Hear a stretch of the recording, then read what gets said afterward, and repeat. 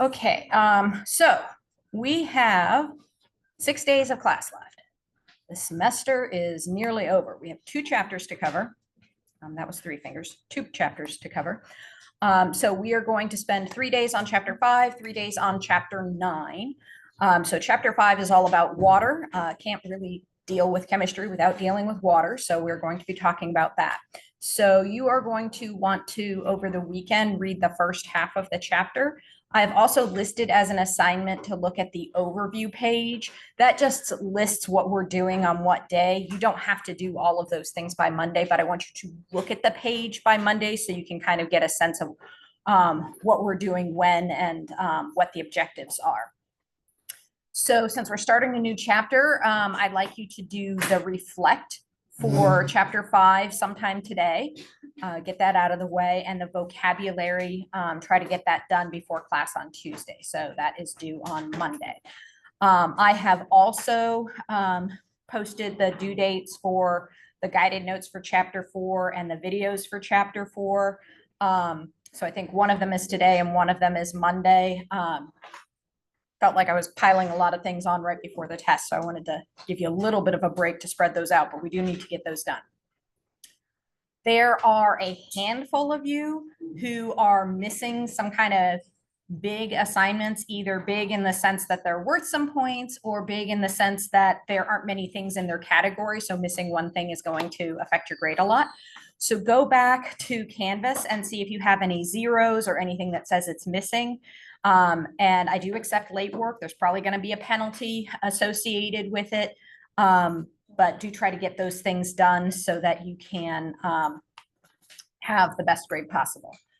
Today we're just going to talk about the unique properties of water. We're going to wrap up a couple of things from chapter 4. And then Tuesday, we will talk about water usage and how we use it, why that's important, that kind of thing. And then Thursday, we will talk about acid-base chemistry. And then the following Tuesday, we will have a quiz and also start chapter 9. So that's kind of the plan for the chapter 5. So questions about any of that? Okay. Before I jump back to, this is kind of chapter 4 stuff, but I'm going to go back to the PowerPoint we were looking at. I do want to look at something. I put the due date last Friday, and a bunch of you did it, and that's great, but I'd never written it on the board. So I moved the due date so that those of you who did not catch that it was due on Canvas can have a chance to get that turned in. But anybody who did it without being told to, I gave a bonus point to. Remember those kinds of assignments. If you don't do great the first time, you can always go back and do them again. That is perfectly fine with me. If you do it after the due date, send me an email to say, hey, I did this after the due date, but I did it first before the due date. And that way I can remove the late penalty for you. All right. So that kind of covers that stuff. One of the things, so the assignment that I was talking about is about simple hydrocarbons. And of course, the last chapter, we talked a lot about carbon. So that's why it's connected to the last chapter. But it is also relevant to the chapter on plastic. So I don't want to just drop it because it is important. Okay, so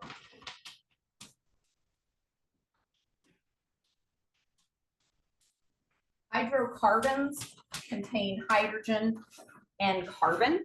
These are the simplest organic molecules. So remember, organic molecules have carbon in them, and then they tend to have hydrogen and also might have oxygen, nitrogen, and some other things.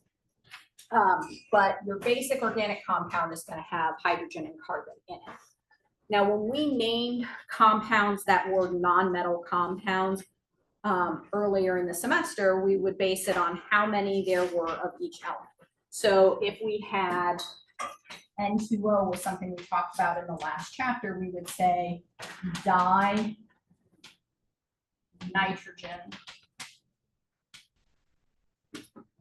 monoxide. So most of the time, our non-metal or covalent compounds, we just name that way. But carbon as we talked about in the last chapter, can bond in lots of different ways. It forms 4 bonds. They can be double bonds, triple bonds, single bonds. They can form chains, they can form rings, all kinds of things. And so there's a separate naming system for them. So the naming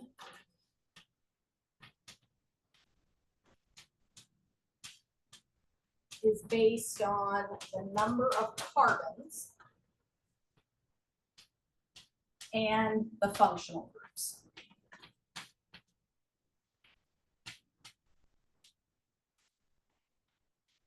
Functional groups include double or triple bonds,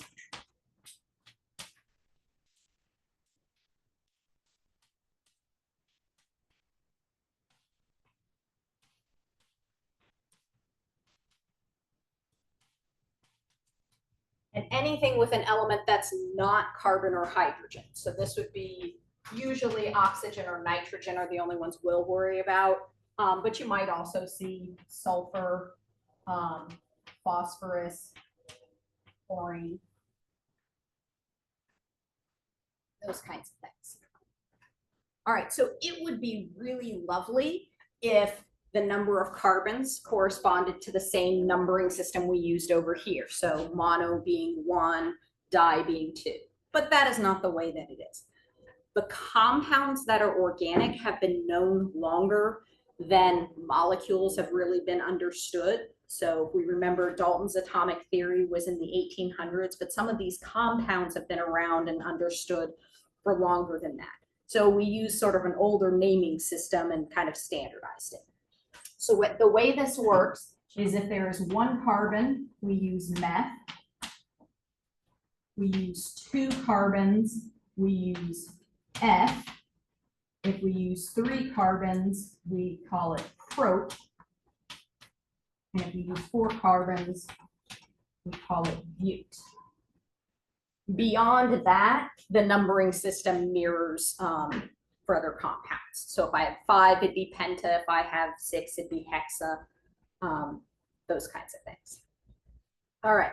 So that's the first part, telling us how many carbons. If there are no functional groups,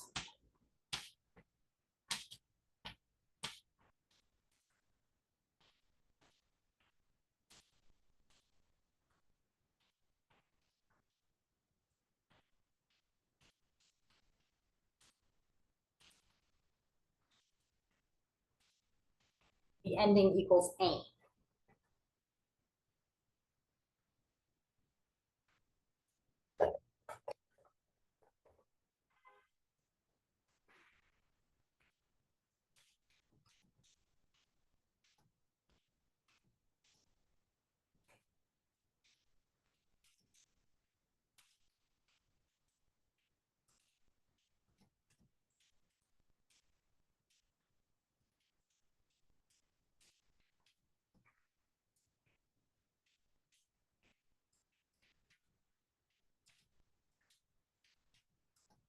You've heard of many of these. These are usually fuels.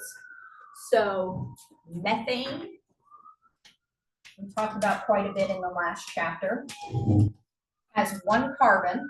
And how many things does carbon like to bond to? 4. So it has 4 hydrogens. Okay, CH4. This is found in natural gas.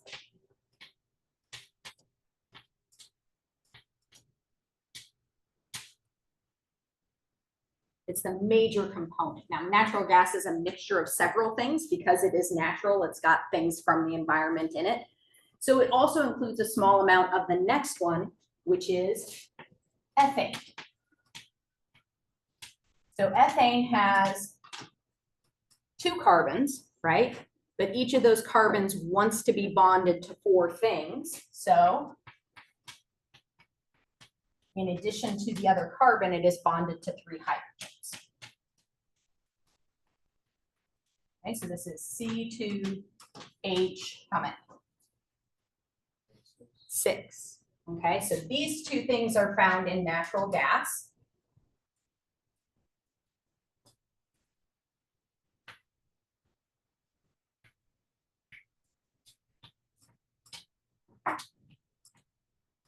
And what we'll find is that for each of these molecules, they're going to start forming a chain, and the one on the end is going to have 3 hydrogens. This one will have 3 hydrogens. But any carbon in the middle will have 2 hydrogens because it'll be bonded to 2 carbons. Okay, so propane is going to be CH3, and then this carbon is attached to 2 hydrogens and 2 carbons, and then CH3. So I'm not going to draw out the whole structure, but the ends just look like this. Okay. So you probably heard of propane, right? If you've never heard of it used as a fuel, you may have heard of that old TV show, King of the Hill, where the guy sold propane and propane accessories. So this is also a fuel. It might be used for gas grills. It might be used for homes, heating homes. Those are some common uses of it.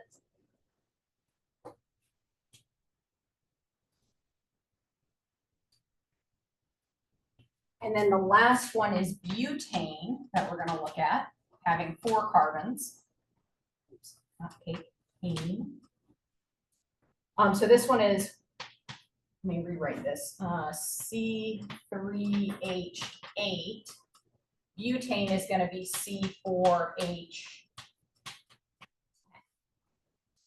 Okay, so we had 4, then 6, then 8, and then 10. So every time we add a carbon, it's going in the middle and it has 2 hydrogens attached to it. So we add 2 more hydrogens.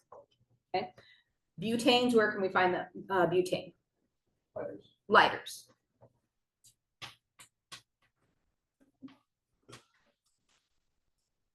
So all of these are fuels. They all burn fairly readily. They're all gases.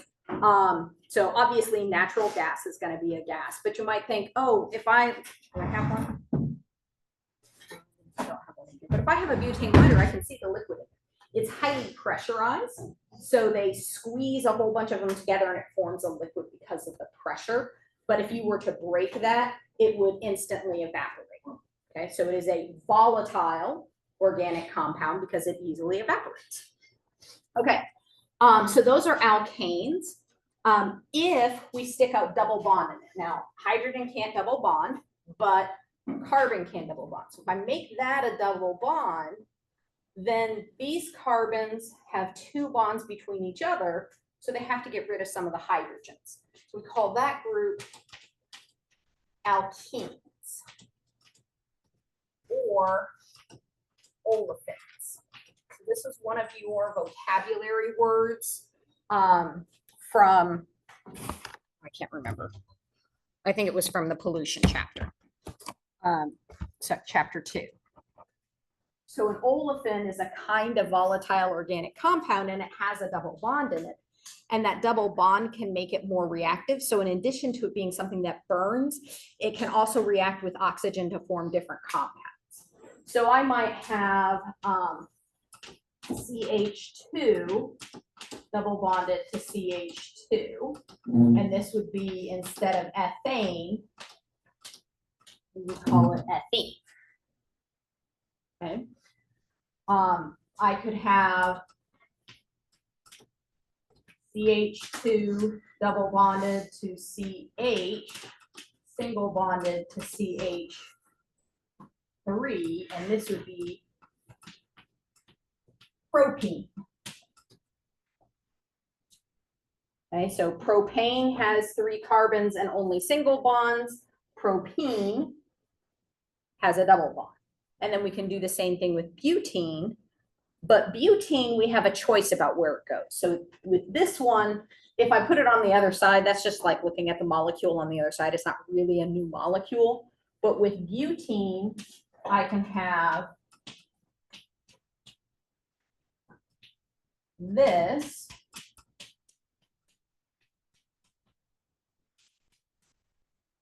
Okay, where the double bond is in the middle.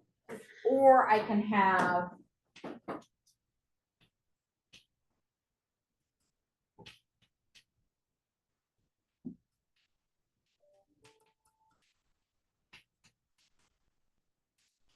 this where the double bond is on the end. Okay, so we call these two, because they have the same number of carbons, same number of hydrogens, and they have a double bond, they are isomers. So that means they are the same formula, but a different structure.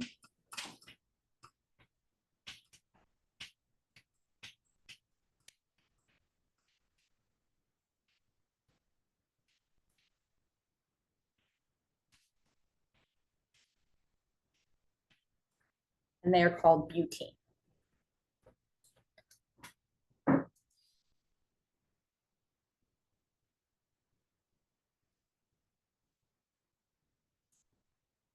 And then the only other functional group I'm going to deal with right now is an alcohol, and that is because the molecule ethanol is one that is just so common. So ethanol is an alcohol, and somewhere in the alcohol there's a carbon attached to an oxygen attached to a hydrogen. Okay. So how many carbons are in ethanol?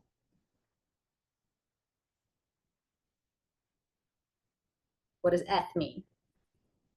2. So there are 2 carbons. All right.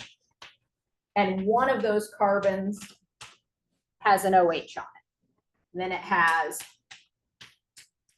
other hydrogens.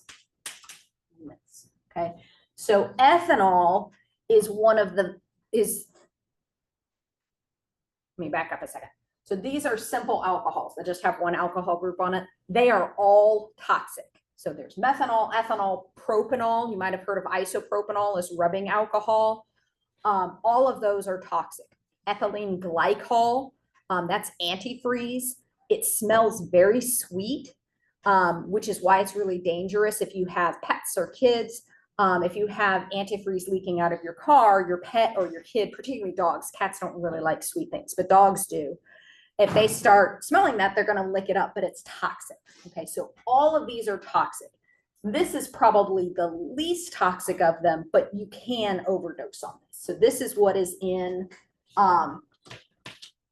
beverages, cough syrup, and flavorings.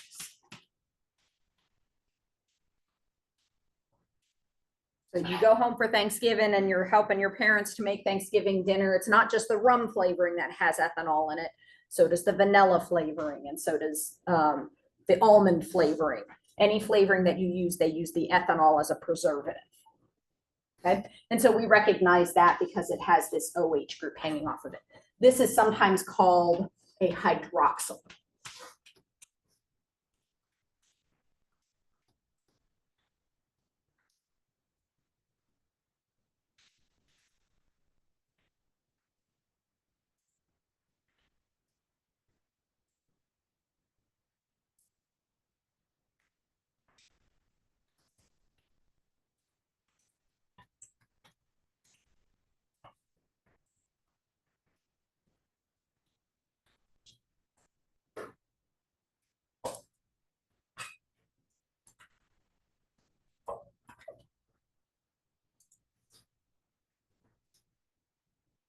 So when we get to the plastics chapter, what we're going to be talking about is polymers. And polymers are long chains of smaller molecules. So if you think of a molecule being like a paper clip, we could hook a bunch of paper clips together. A polymer is kind of like that long chain of paper clips. So we can take these smaller molecules, ethane or propene, and link them together. So if you've heard of polyethylene, polyethylene is linking together a bunch of ethanes. Polypropylene is linking together a bunch of propanes. So that's what we'll talk about in chapter 9. So we will come back to that. All right.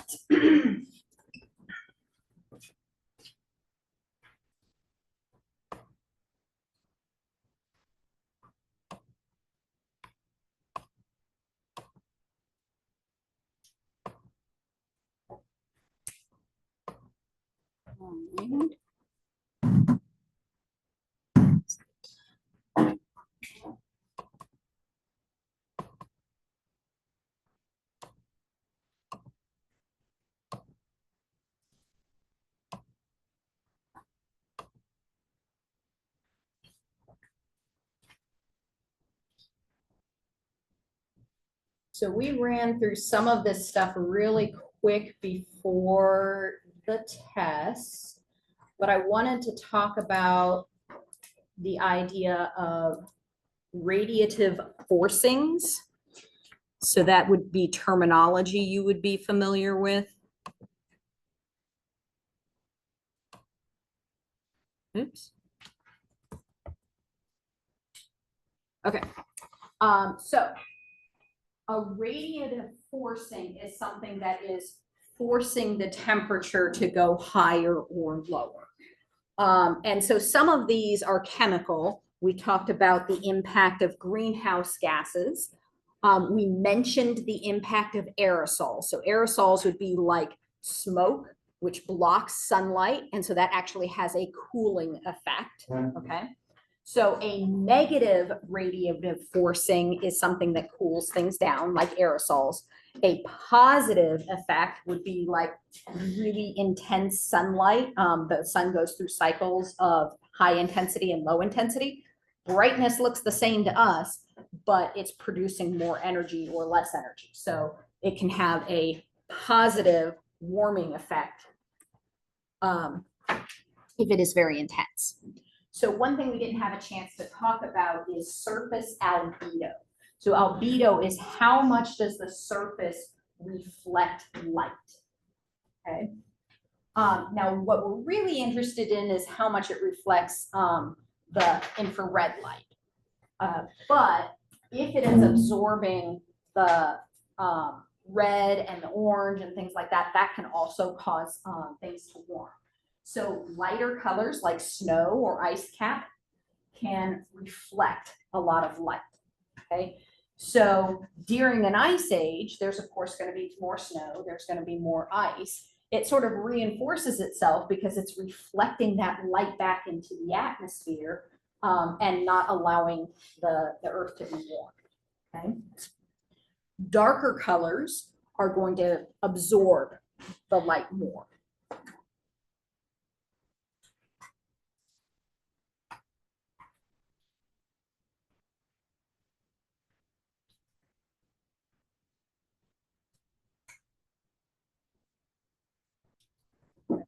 Too sleepy.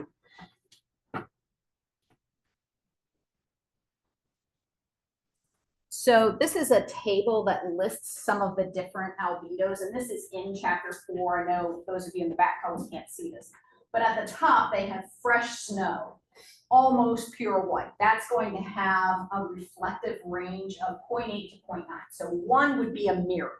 It reflects all light, okay? Fresh snow is kind of like white paper. It's going to absorb a little bit, but almost all of it gets reflected. And then things that are darker, let's see, coniferous trees. So there's going to be kind of a darker grain. That's 0.08 to 0.15. Desert sand, we would expect that to be lighter colored. And so that's going to reflect more. That's 0.4. Not as much as the snow, but it still reflects some. And then the ocean has a very low reflection. So sometimes think of water as being like a mirror, but it doesn't reflect nearly as much light as a silver-backed mirror.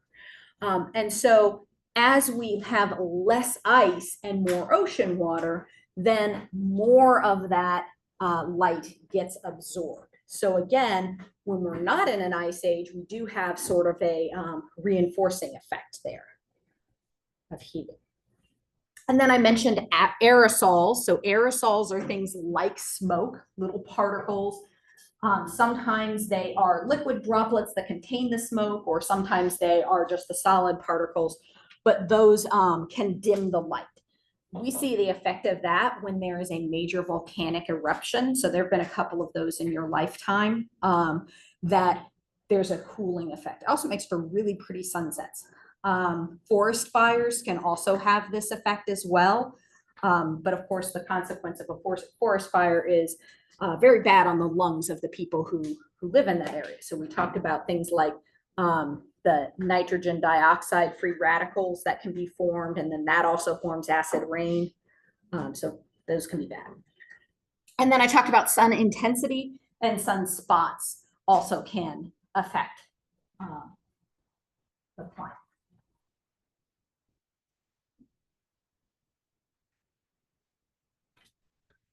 So for one of the videos, it's not really a video, it's a podcast, and it talks about using tree rings to kind of understand hurricanes. But they also talk about the intensity of the sunlight and how that intensity is related to the development of hurricanes. And that one is worth 2 videos. So you only, in addition to the carbon cycle one, you only need 2 videos. So if you want to just do the podcast, that's fine. All right, so this kind of puts all of these things on the same page. So some of them affect more, some of them affect less. So this is 0, meaning there's like really no impact. And so we have solar irradiance doesn't really have a lot. The sunspots don't impact a whole bunch. Things that are on this side have a cooling effect. So if I have clouds that are formed from the aerosols, then it has a cooling effect. Or it could have the aerosols, the smoke themselves. Now these bars here are what we call error bars. So this is kind of like our how many sig figs do we have? So these are pretty wide. This one in particular is pretty wide. This means there's a whole bunch of uncertainty. It's an effect of like -0.5, but it might be as much as -1.3 or as little as -0.1. So that's a pretty broad range. We know that it's a slightly negative effect, but we really don't know how much of a negative effect it is. It's really hard to separate out clouds formed naturally from clouds that are formed because of, say, airplane contrails. When an airplane goes across the sky and you see the white trails, and then that forms clouds. It's hard to separate those. Our surface albedo can be affected by like black carbon on the snow, dirty snow. So instead of it staying nice and fresh, if we're throwing a lot of dirt and dust on it, that can happen. But we can also have land use. So maybe we're chopping down trees that were absorbing more of those light to put in buildings that reflect more.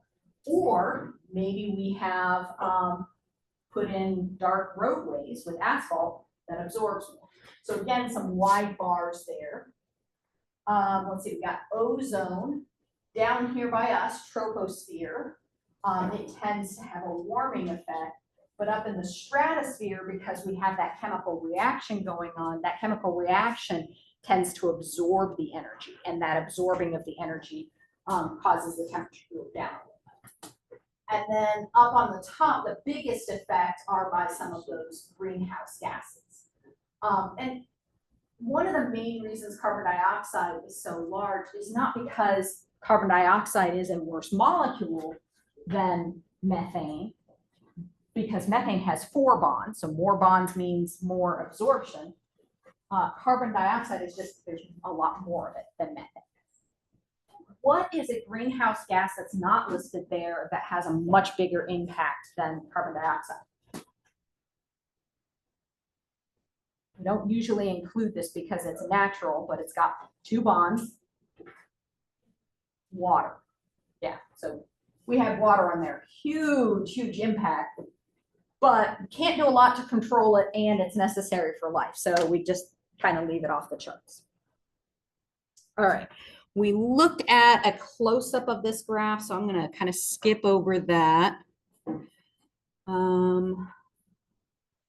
This, oops, is in your book, but this is kind of old. This is from, I want to say 2014. Yeah, 2014. So it's almost 10 years old, but these are conclusions that were drawn by the International Panel on Climate Change. So these are climate scientists from around the world that, looking at data from many, many different experiments, because we have to have multiple experiments to verify our understandings, not prove. We don't prove things, but to come to stronger conclusions. And so in looking at all of the experiments and models, these are some of the conclusions that they drew. And so they start at virtually certain, which is like 95 to 100%, and then they go down Extremely likely, very likely is 90 to 100% certain.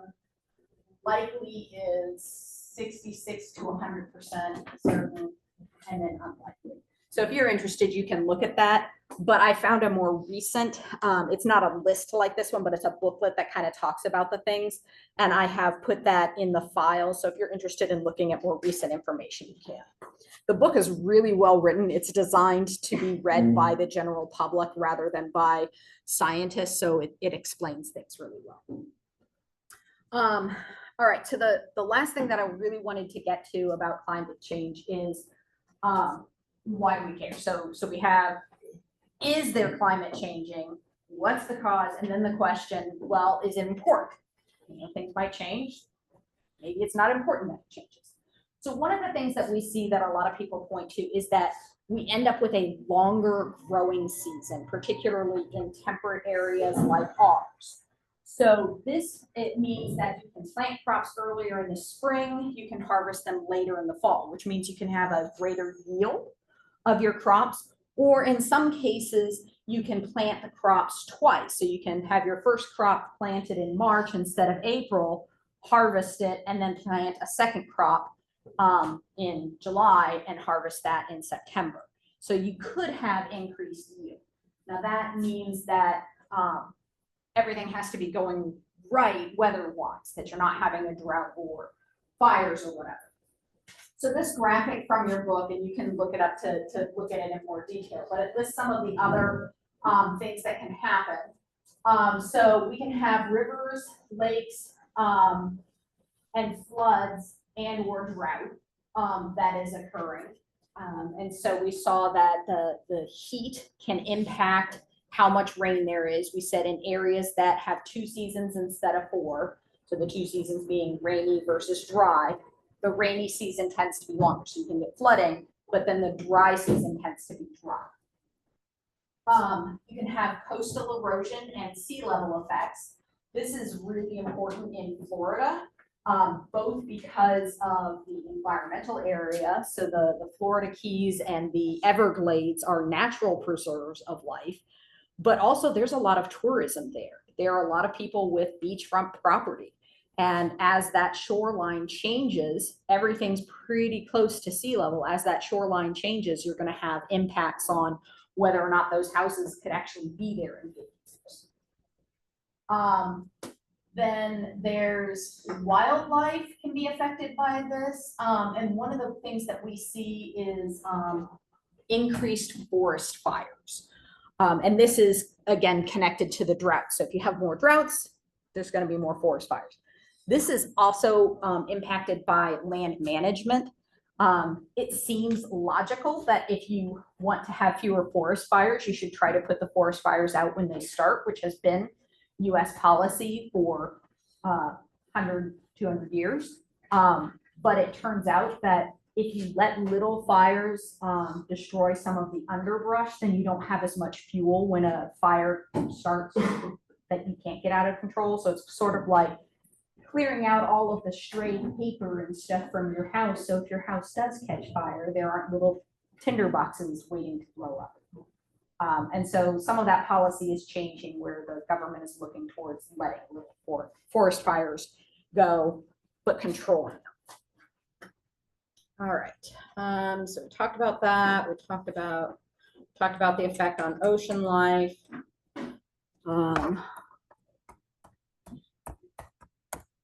So there's this graphic.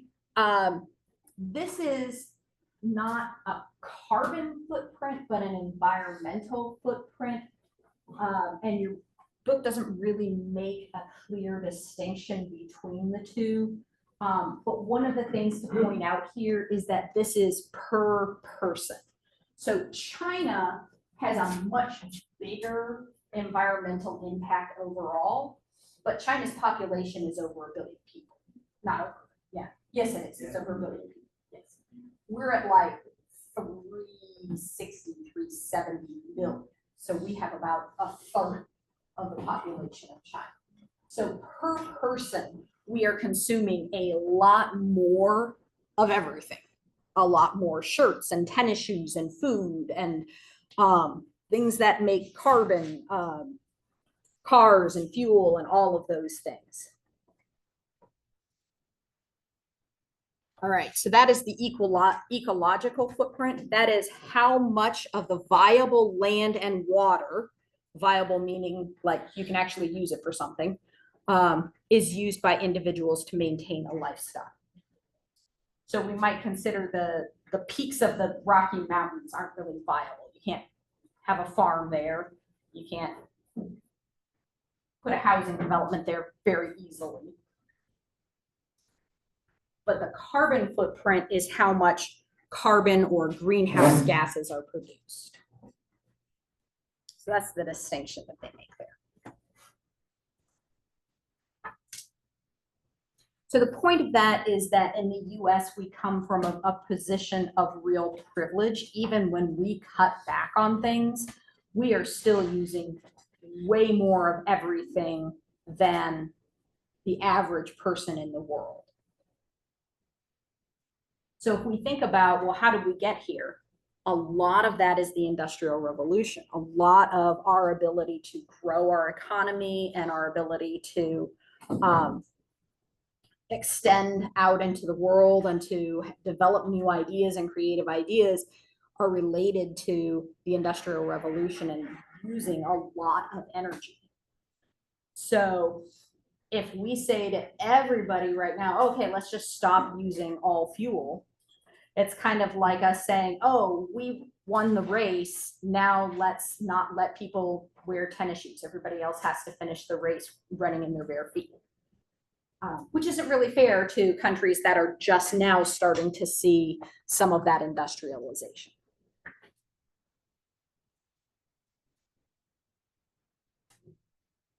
All right, we still need this? All right, and this is just how much metric tons we produce of carbon.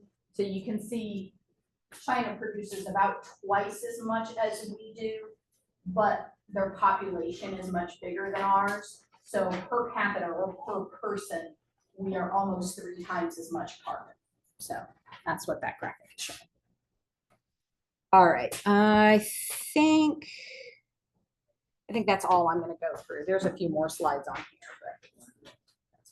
But... Okay, so now we are going to switch gears and talk about water. Oops.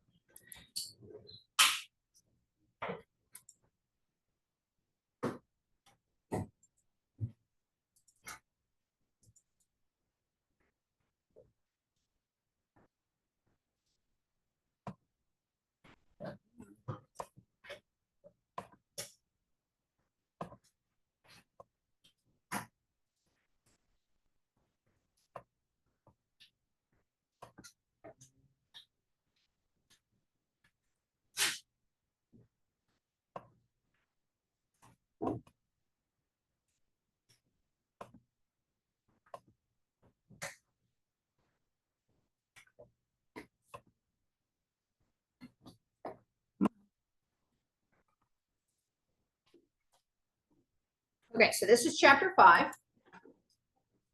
So one of the things we want to think about is what makes water so special. And so that's what we're going to talk about today. And then, like I said, on Monday, we're going to talk about how we use water and the water that is available to us. So one of your assignments over the weekend is to pick 2 days. You can start today and finish on Saturday, or you can wait until do Monday and Tuesday. You are going to keep a water log, and I'll talk about that in just a minute. I first want to go through a couple of slides and then I'll talk about the water log.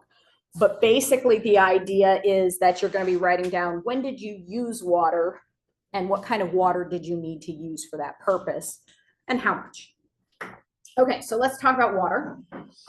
Remember that we like to think about our domains of chemistry. So our macroscopic domain is what we can see. We have liquid water, and then we have ice, solid water, and then we have water in the air. And so on a particulate level, liquid water has randomly oriented water molecules. Solid water, it's highly organized. Now, which looks like it's packed more densely, the middle one or the bottom one?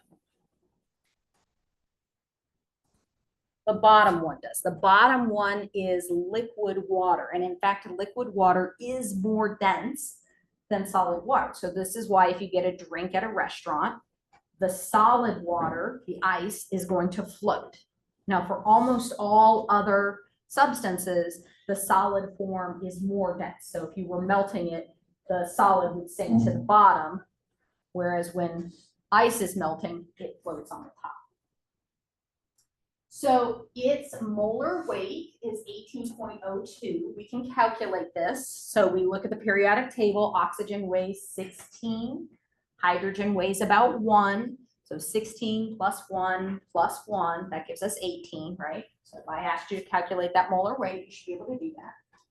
So most molecules that are this size, that weigh between 10 and 20 grams per mole, are gases. So one that we've talked about is methane. So methane weighs 16, a little bit less. Ammonia, which is nitrogen and 3 hydrogens, that weighs 17.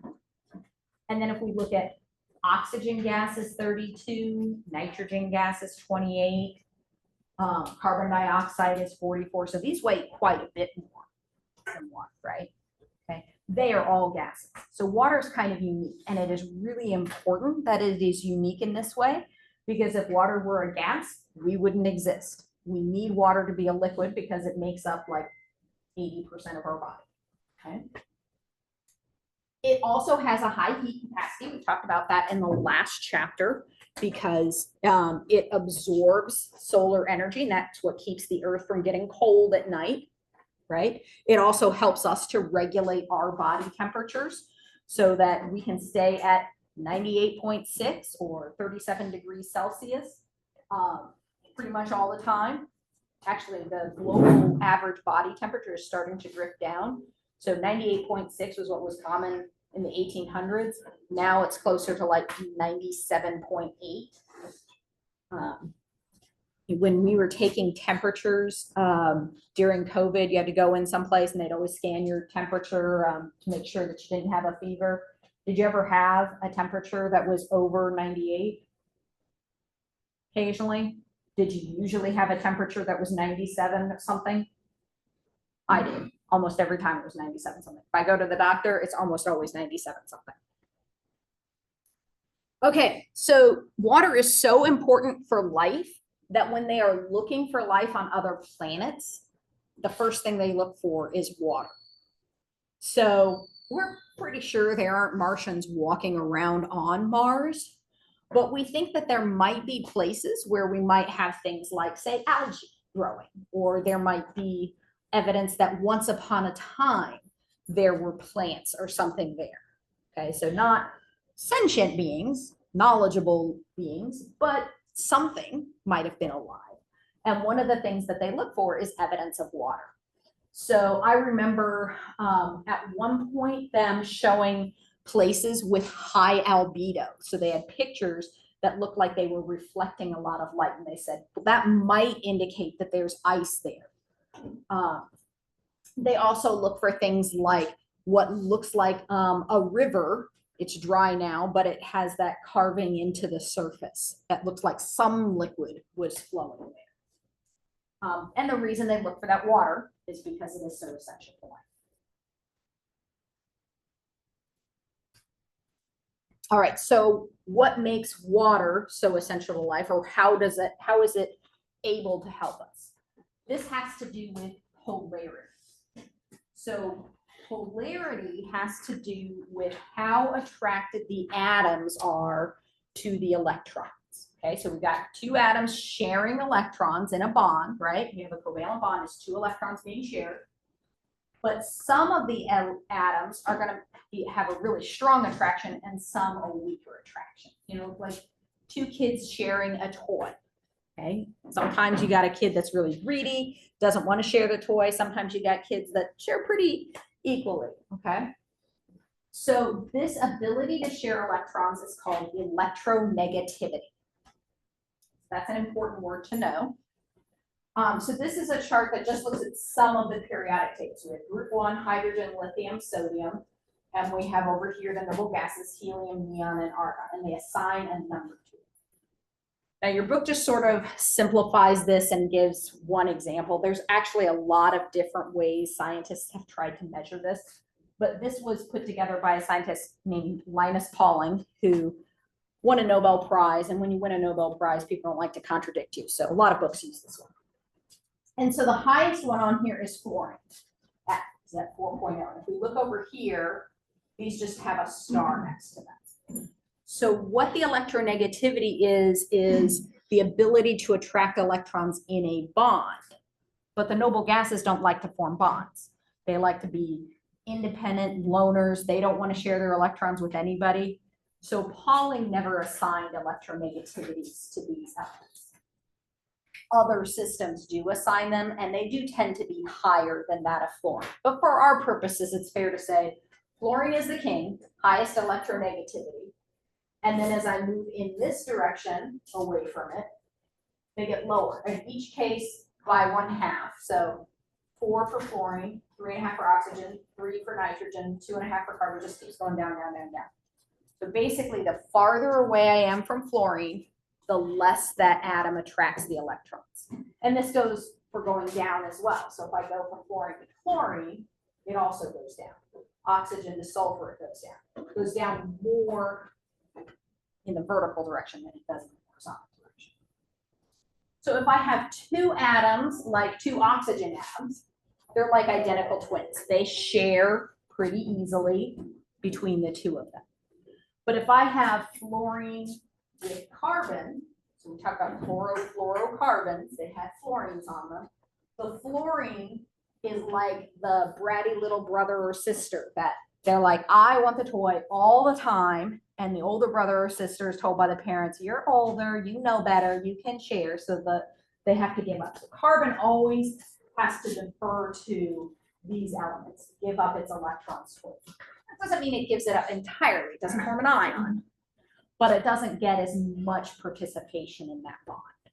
Okay. So if I have a very small difference, like 1.5 or less, so carbon and fluorine is about 1.5. That's the biggest one. We would still call that a polar covalent bond.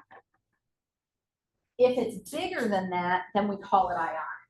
And so that's what happens when we combine a metal, lithium, sodium, magnesium. These are all metals with a non-metal. So aluminum, these are all like 1.5 or less. And if I combine those with these non-metals, then I get a big difference. So some people will say, well, it has to be this particular number in order for it to be ionic. I just use the simple rule. If there is a metal, it's ionic. If it's only non-metals, it's covalent. Just to keep it simple. And that way we don't have to actually have the numbers in front of us. All right, so what does this look like? If I have a purely covalent bond, the electrons are being shared equally. So that's this bottom scenario. And you can see that these 2 are roughly the same size. Now the color indicates how much of the time the electron spends with them. So a yellow or orange means that the electron is spending quite a bit of time, a significant amount of time with that atom. Green is a little bit less, blue is practically no time at all. Okay, so in a polar bond, this atom over here gets the electrons a little less of the time, but they're still shared.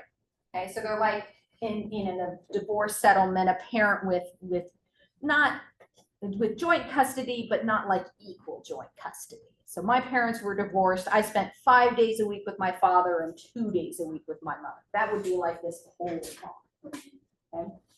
Purely ionic would mean, okay, the one parent just isn't even allowed to see the kids, doesn't get the electrons at all. The other atom gets the electrons all the time. There really isn't a situation where you have pure ionic. There's always at least a teeny tiny bit of sharing, but we're going to assume that it's pure ionic if there's a metal and a non.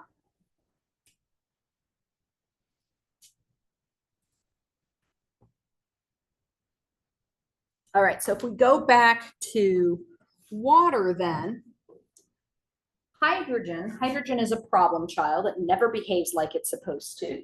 And so if we look at it here, it is not following that rule about going from one side to the other. So over here, it does follow the rule going down. It's more electronegative than this, but it is also more electronegative than most of these. It's very close to carbon, okay? But it is still not as electronegative as oxygen. So we have almost a 1.5 difference there. That's one of our most polar bonds between the oxygen and the hydrogen. Okay, so a polar bond means that it's going to start acting like a little magnet. Okay, so if I just look at that bond, one side of the magnet has a lot of electrons and is going to be attracted to more positive things. The other side doesn't have as many electrons. It's more positive and it will be attracted to more negative things.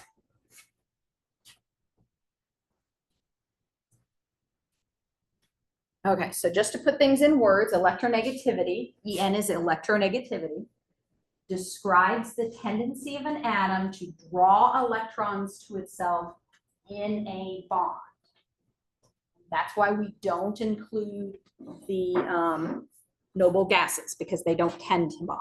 They can, the heavier ones can, but for our purposes, they don't really bond.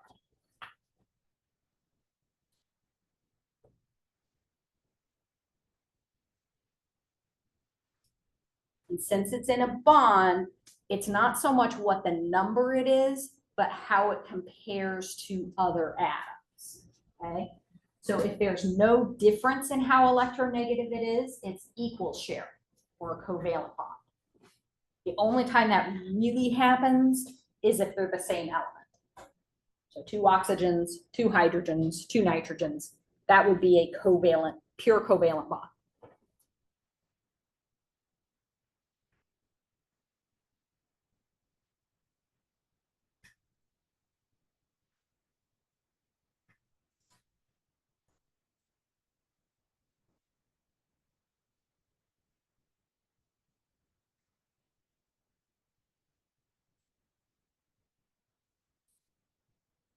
And the opposite extreme is when there's a big difference in that number, metal and non-metal, and there's basically no sharing.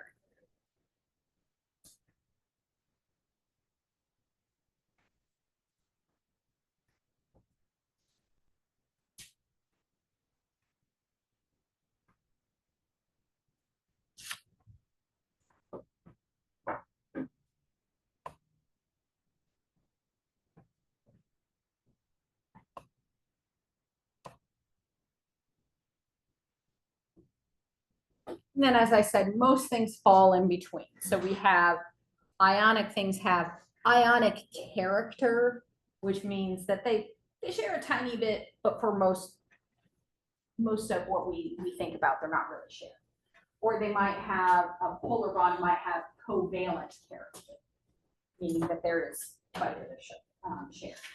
So if they're sharing but they're not equal, we call that a polar bond.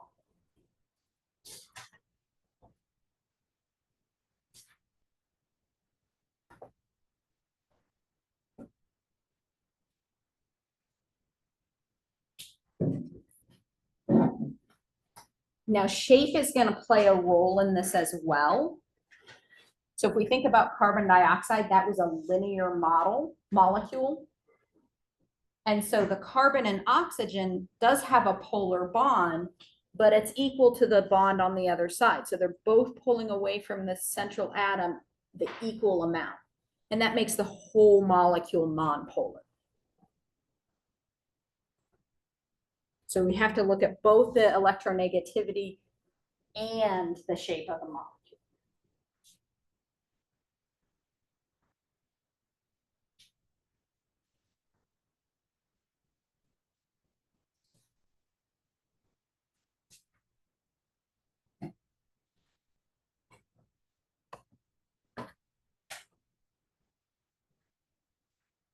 We ready?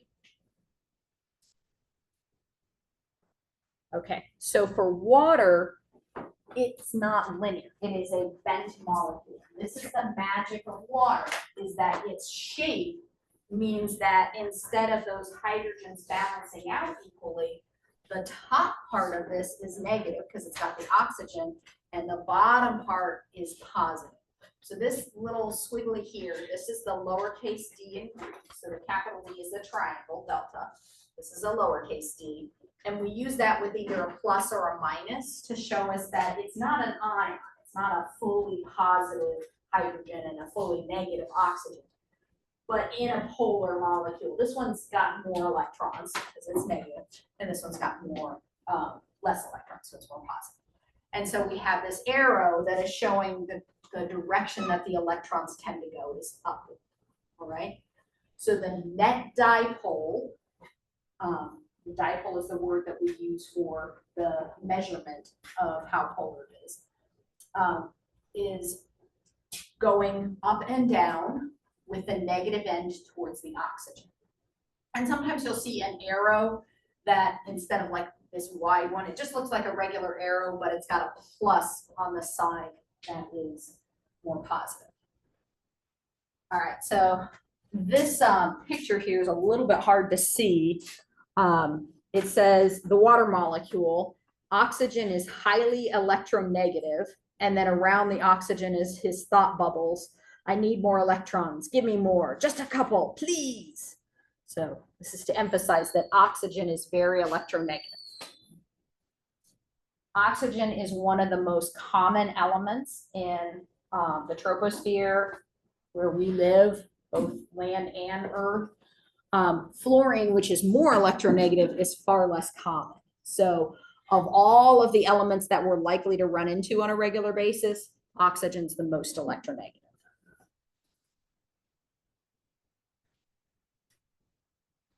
All right, so we had that table that looked at just a little portion. If we look at the whole periodic table, we can see the lighter colors and the shorter bars have lower numbers, and the taller bars that are darker have higher numbers. So you can see up in this corner of the periodic table, that's the most electronegative, and down here, the least electronegative.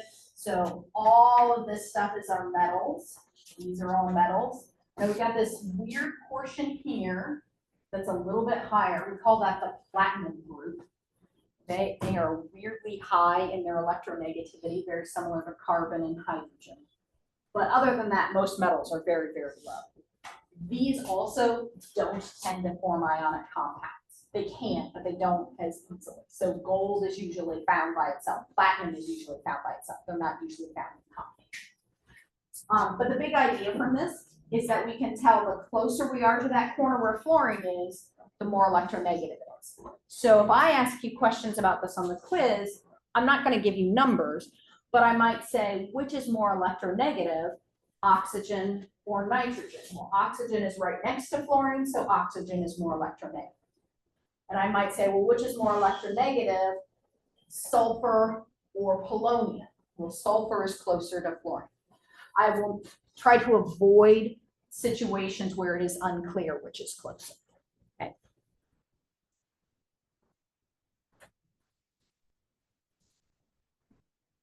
All right, so when we have a polar molecule, polar is the adjective. That's how we describe a molecule.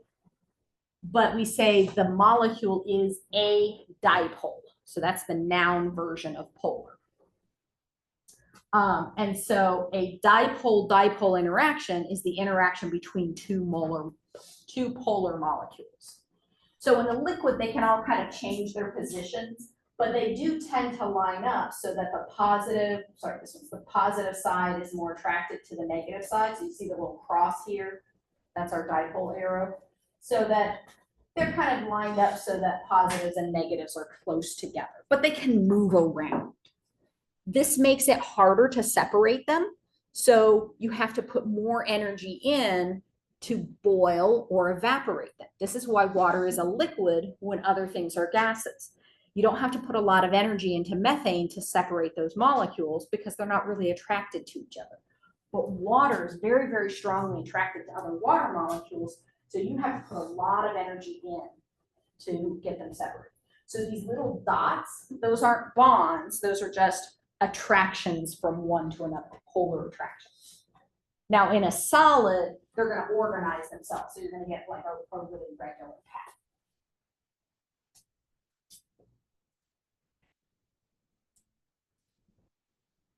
So big picture, the stronger the intermolecular forces, the forces of attraction between the two molecules, the stronger forces will hold the particles together. So stronger forces mean high melting points and high boiling points.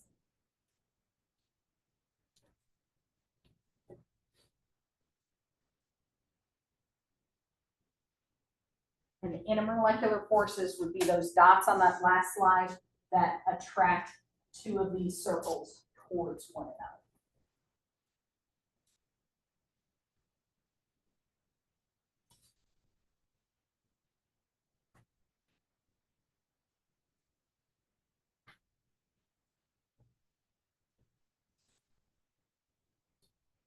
Okay, so sometimes I call them interparticle instead of intermolecular because we include ions and ions aren't really molecules.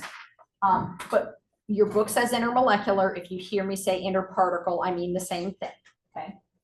When I have a strong force like hydrogen's attraction to each other, I'm going to have a high melting point and a high boiling point. I'm going to have a higher viscosity. So viscosity is resistance to flow. So think of honey versus water. Honey has a high viscosity, water lower, but water has a higher viscosity than, say, gasoline.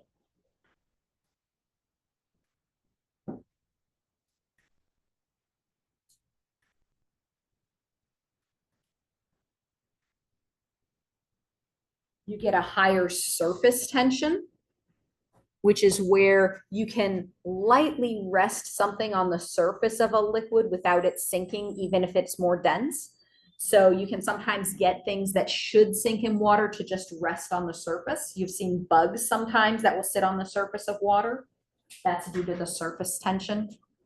If you're really careful, you can get a paper clip to sit on the surface of water. I might try that on Tuesday.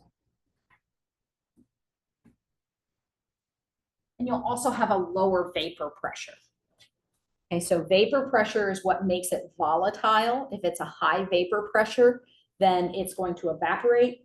And if it has an odor, you will smell it. So gasoline at a gas station, you can really smell that gasoline.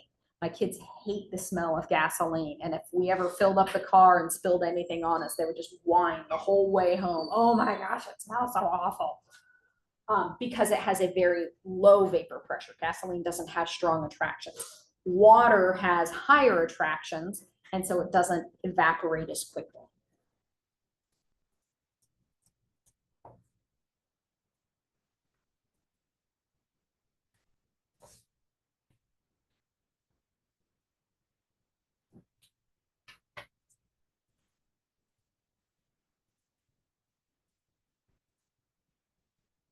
All right, we still need this slide.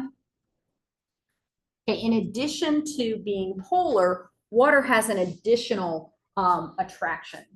So it's polar, it has those dipole-dipole forces, but it also has something called hydrogen bonding. So if we look at this black line represents elements in the group of carbon. So below carbon is silicon, and then germanium and tin. And we can see as it gets heavier, the boiling point, which is over here, increases, right? Same thing we see for all of these other things. As it gets heavier, the boiling point goes up, except for the very lightest over here. Those seem to be off kilter a little bit. And water is the most extreme. Water is way up there compared to HF and NH3. Okay? This is because of something called hydrogen bonding. So hydrogen bonding is an intermolecular force. The attraction is between the hydrogen on the first atom and the oxygen on the next atom.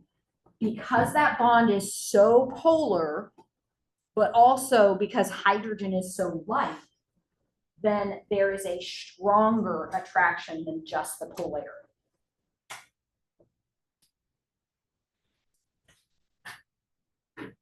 So we only see this in a few cases when we have nitrogen bonded to hydrogen, oxygen bonded to hydrogen, and fluorine bonded to hydrogen.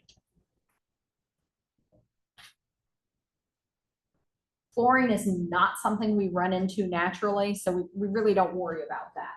Nitrogen is less common in molecules, but it happens.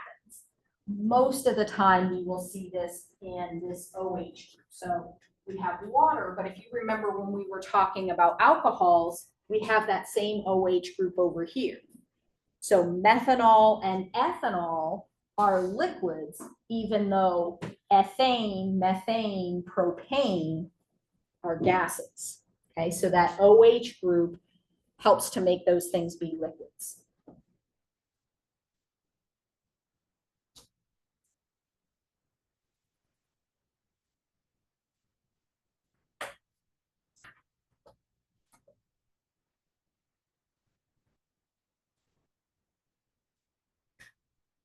Do you still need time?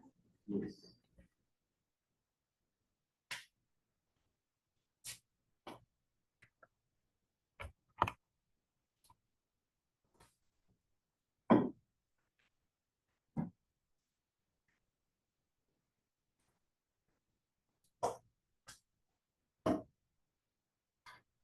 So as I mentioned, there are many examples of this, but water is kind of the classic example because we can really see the effects of it being something that is liquid at room temperature, whereas all the other molecules of its size are gases. Okay, so we have that very polar OH bond.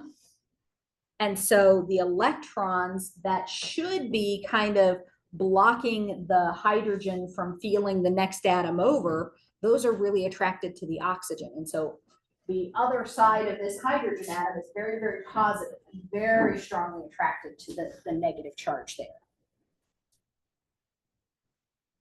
And it is especially strongly attracted to oxygen, nitrogen, and fluorine. So for our purposes, especially strongly attracted to oxygen.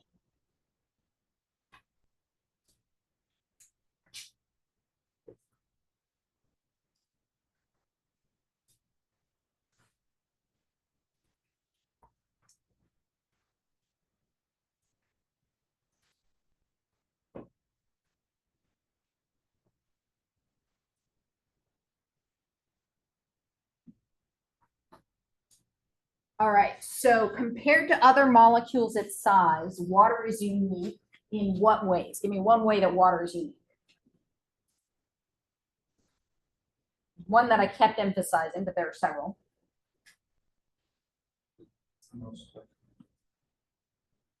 Polar. Right. Yeah, so it's very, very polar. Okay, and so this is what gives it its properties. Okay, what state is it in? Liquid, whereas most molecules would be gases. And that's important because if it's not liquid, we don't exist, right? That's really important. Okay. It also has a higher boiling point, which is what makes it a liquid, but it has a higher heat capacity. That's what keeps us at the same body temperature, right? Keeps the earth from getting too cold at night or too hot during the day. It helps to regulate temperature. Really, really important properties. Then some of the other ones we talked about were viscosity and surface tension. We'll look at those more later. All right, and all of that is due to the high polarity and the hydrogen bonding.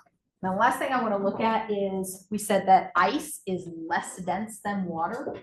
And this is because that attraction between the hydrogen and the oxygen on the next atom, when water organizes, it organizes in this very open way so that these angles create this open channel down the middle, right? And as we have that open channel, then there's empty space. It's not like there's air in there. There's nothing in there. It's a vacuum in there. And that empty space doesn't weigh anything. So ice, in turn, doesn't weigh as much as water does. And that's why ice floats. Okay, so I said I was going to take a quick look at the water log assignment. It is posted on Canvas, but I want to look at kind of what I want you to do. It will make it easier for me to grade if you organize it. So I've set up a table. It doesn't have to look just like this, but I kind of indicated that. It tells you you're supposed to say what activity you're doing and the amount that you use. So you might talk about, oh, I took a 10-minute shower. That's fine. Or you might say, I drank a gallon of water over the course of the day. That's fine too. So you can either use the actual amount or the amount of time. For the source, what we want to think about is, did it come from a faucet? Because if it came from a faucet, it probably came from here in Georgetown, the Royal Spring. Or if you live in one of the outlying counties, they mostly get it from the Kentucky River.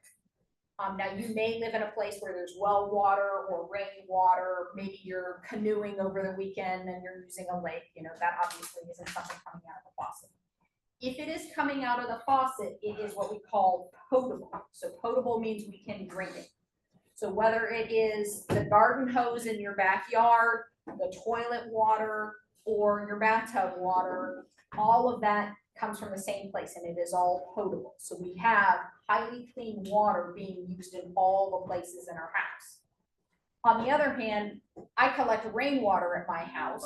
I would not want to drink that because it comes off of the roof, and I know birds sit on my roof and poop and things, so there's probably bird poop in that, but it's fine for watering my plants, okay?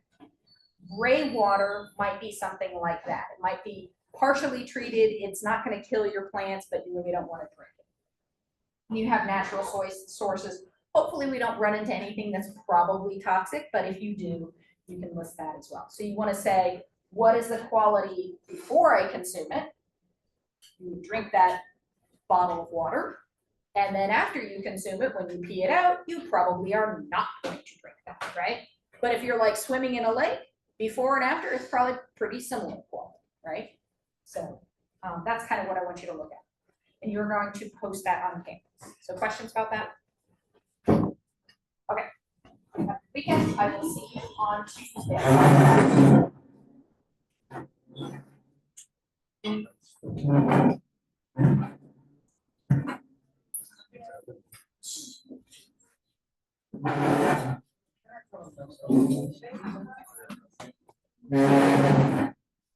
Thank you. So